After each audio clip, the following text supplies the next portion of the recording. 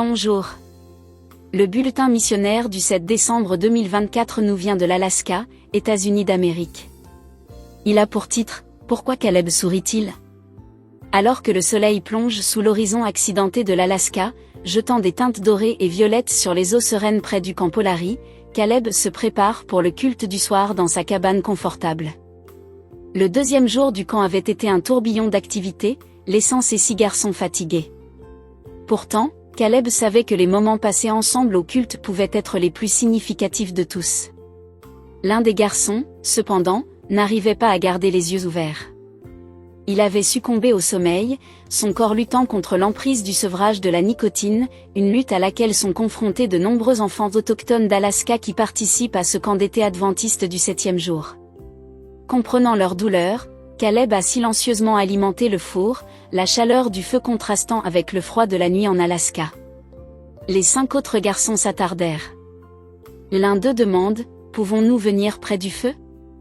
Bien sûr, répondit Caleb, un doux sourire aux lèvres. Alors que les garçons se rassemblent, Caleb pose une question qui perce le silence de la soirée. « Qui est Dieu pour vous ?» Les garçons ont répondu, leur jeune voix remplissant la cabane de réponses réfléchies. Il est le Sauveur. Il est au ciel. Il est d'une fidélité à toute épreuve, ajoute un autre, reprenant le thème du camp. Lorsque ce fut le tour de Caleb, il se pencha plus près de la lumière du feu. Dieu est aimant, généreux, indulgent, miséricordieux et pacifique, a-t-il déclaré. Un garçon s'est exclamé, son honnêteté faisant rire le groupe. Caleb s'esclaffe. D'accord, voyons les choses sous cet angle. Dieu est comme un meilleur ami qui est toujours là pour vous, et même mieux que ça. Un silence s'abattit sur les garçons tandis qu'ils réfléchissaient à l'idée d'un ami toujours présent et infaillible. Puis, rompant le silence, un garçon a demandé « Avez-vous déjà vu un ange ?» Sans attendre de réponse, il se lance dans une histoire fantastique d'ailes brillantes et de rencontres célestes, son imagination captivant le groupe. Les anges, c'est plutôt chouette, a déclaré chaleureusement Caleb, reconnaissant de leur curiosité naissante à l'égard des choses spirituelles. Plus tard, un jeu de cache-cache a ramené les rires et l'énergie dans la cabane. Même lorsque les ombres s'étirent, les garçons jouent, leur rire témoignant de la joie que procurent ces moments fugaces de l'enfance. Lorsqu'ils se sont finalement installés au lit, l'un des garçons a lutté contre le mal du pays.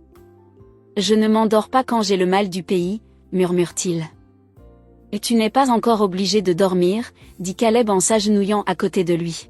« Mais allonge-toi et je serai là. » Le garçon finit par s'endormir, sa respiration étant régulière.